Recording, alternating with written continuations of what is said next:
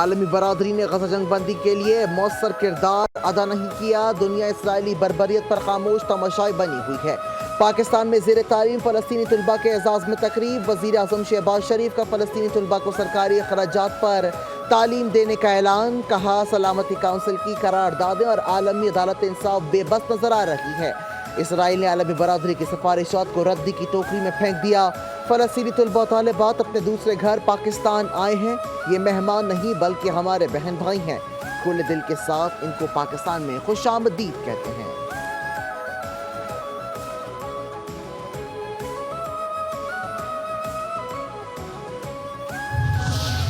کراچی میں وکلا کا اشارہ فیصل پر شدید احتجاج، ایف ٹی سی پر اشارہ فیصل کے دونوں ٹریک بند کر دیے، ٹائروں کو آگ لگائی، ٹریفک کی روانی معطل رہی۔ وکلا محمود آباد میں ساتھی وکیل پر تشدد کا مقدمہ درج نہ کرنے پر پولیس کے خلاف احتجاج کر رہے تھے۔ وکلا پرتشدد کے خلاف کراچی بار کا آج عدالتی کارروائیوں کے بائیکاٹ کا اعلان، کراچی بار نے سٹی کورٹ میں پولیس افسران کے داخلے پر پابندی لگا دی، رات گئے اشارہ فیصل پر ہونے والا احتجاج ختم، ٹریفک کی روانی بحال۔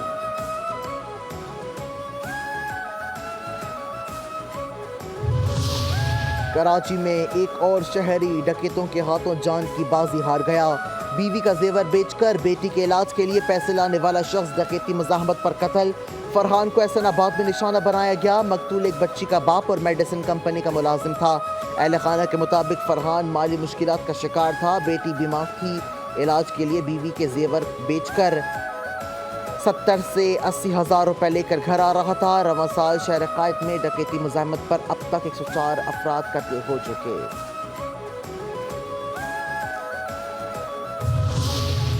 کراچی کے علاقے کلفٹن میں ٹریفک حادثے میں جاں بحق، ایم کیو ایم کے رکن قومی اسمبلی رانا انصار کا بیٹا سپرد خاک، نماز جنازہ میں متحدہ رہنماؤں، اراکین قومی اور صوبائی اسمبلی کی شرکت۔ رانا انصار کے بیٹے کی حادثاتی موت پر صدر مملکت بلاول بھٹو زرداری، وزیر اعلیٰ سندھ خالد مقبول صدیقی اور دیگر کا اظہار افسوس۔ شاہزیب نقوی کے والد انصار نقوی بھی PIA طیارے کے حادثے میں جاں بحق ہو گئے تھے۔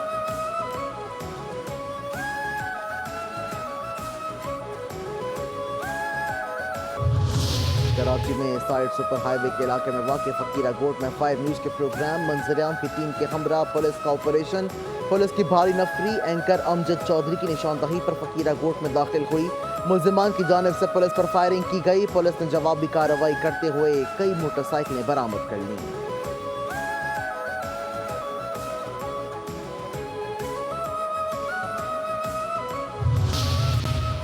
صدر مملکت آصف علی زرداری نے جسٹس یحییٰ آفریدی کے بطور chief justice of Pakistan supreme court تعیناتی کر دی ہے۔ ایوان صدر کی جانب سے جاری اعلامیے کے مطابق صدر نے جسٹس یحییٰ آفریدی کی تعیناتی 26 اکتوبر سے 3 سال کے لیے کی، نامزد چیف جسٹس سے 26 اکتوبر کو چیف جسٹس آف پاکستان کے عہدے کا حلف لینے کی بھی منظوری۔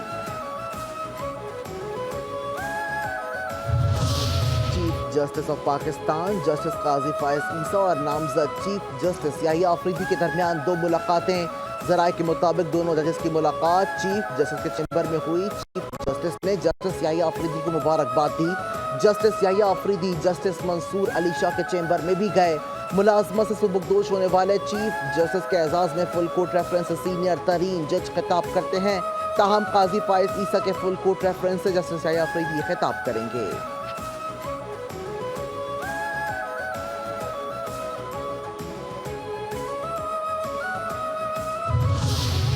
سپریم کورٹ آف پاکستان نے 26ویں آئینی ترمیم کے بعد پہلا کیس آئینی بینچ میں سماعت کے لیے بھیج دیا۔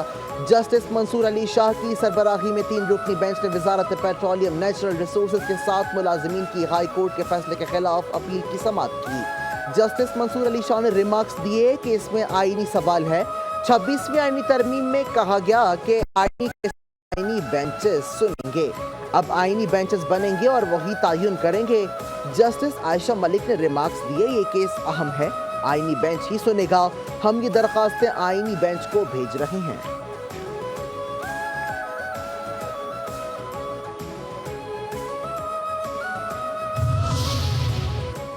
تحریک انصاف کا آئینی ترامیم کو عدالت میں چیلنج کرنے کا فیصلہ، چیئرمین بیرسٹر گوہر کی زیر صدارت PTI کی کور کمیٹی کا اجلاس، آئینی ترامیم پر تحفظات کا اظہار، کور کمیٹی اراکین کا کہنا ہے کہ حکومت کو چیف جسٹس کی تعیناتی کے لیے سینیورٹی کو مد نظر رکھنا چاہیے تھا۔ بیرسٹر گوہر کہتے ہیں کہ آئینی ترمیم کے خلاف احتجاج کریں گے۔ بانی پی ٹی آئی اور ان کی اہلیہ کی ملاقاتوں پر عائد غیر قانونی پابندی کے خاتمے اور ملاقاتوں کی فوری بحالی کا مطالبہ۔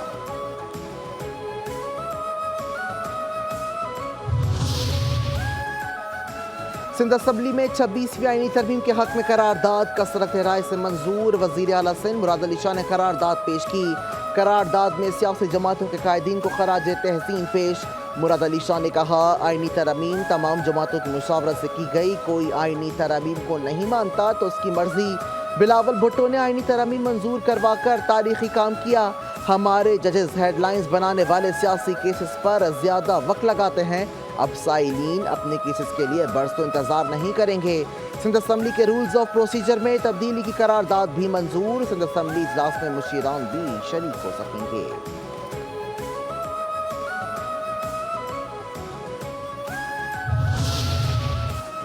عدلیہ کی جانب سے جمہوریت پر شب خون مارے گئے چند ججز نے منتخب وزیر اعظم کو گھر بھیجا۔ سینئر صوبائی وزیر شجرینا میمن کا سندھ اسمبلی میں اظہار خیال، پی ٹی آئی کو آڑے ہاتھوں لیتے ہوئے بولے 2018 میں یہ کیس کس کی گود میں بیٹھ کر آئے، سب کو معلوم ہے۔ جب اقتدار جا رہا تھا تو یہ جنرل باجوہ کو لائف ٹائم ایکسٹینشن دینے والے تھے، آج ان کے لیڈر کو گناہوں کی سزا مل رہی ہے، ان کی پوری سیاست کا اختتام عوام کے سامنے ہوگا۔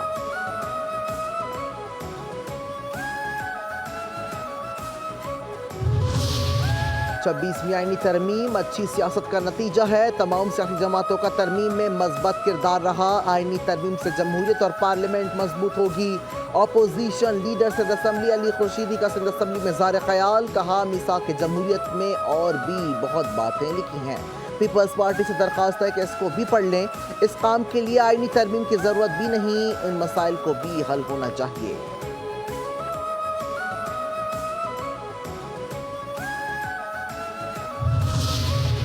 سندھ اسمبلی کے ڈیپٹی اسپیکر نوید اینتھونی رول سے لائل نکلے، اسمبلی میں قہقہے لگ گئے۔